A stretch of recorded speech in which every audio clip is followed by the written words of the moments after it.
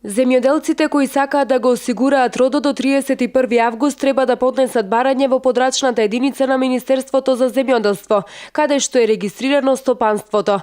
Државата субвенционира 60% од вредноста на полисата, и тоа за максимални површини од 10 хектари за лозови и овошни насади, 2 хектари за градинарски култури и 20 хектари за житни култури.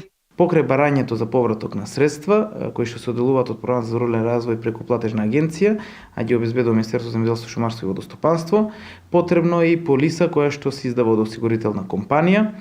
И да напоменеме дека 60% од секоја осигурителна полиса е повраток од страна на буџетот на Република Македонија, освен во случај кога земјоделското стопанство е член на земјоделска задруга, каде што процентот на повраток е 70%. Освен од град, пожар и гром, посевите и плодовите, земјоделците може да ги осигуруваат и од пролетен и есенски мраз, поплава, луња, како и губење квалитет. Сето тоа што го побарале земјоделците веќе е предмет на осигурување.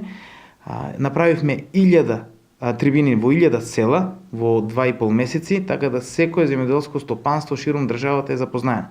Очекуваме во 2016 тој број да биде зголемен, оптимистички податок, значи со надеж е дека ќе биде околу 30% од вкупниот број на земјоделски стопанства кои што побаруваат субвенции, но тоа е само надеж и оптимизам.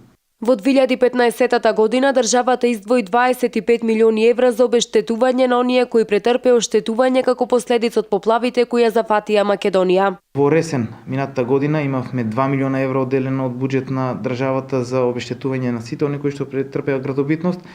И еве сега имаме некои случувања со земјоделските стопанства во Скопско, Стајковци, Црешево или Арачиново, кај што и таму имаме земјоделски површини. Точно е дека треба да се помага за време на елементарни непогоди, но факт е дека Македонија се уште една единствена држава која што одделува средства од буџет со цел помош на земјоделски стопанства. Во модерниот свет постојат осигурителни компании кои што си ги вршат тие осигурителни полиси. Во нашата држава 7 компании тоа го прават. Вкупните средства наменети за осигурување на земјоделското производство се 70 милиони денари, а максимален износ на поддршката е до 150.000 денари за едно земјоделско стопанство. Од оваа година за прв пат право да поднесуваат барање за субвенционирање имаат и сточарите. Осигурителните компании пак нудат пакети за угинување на домашните животни поради болест, несреќен случај и принудно колење.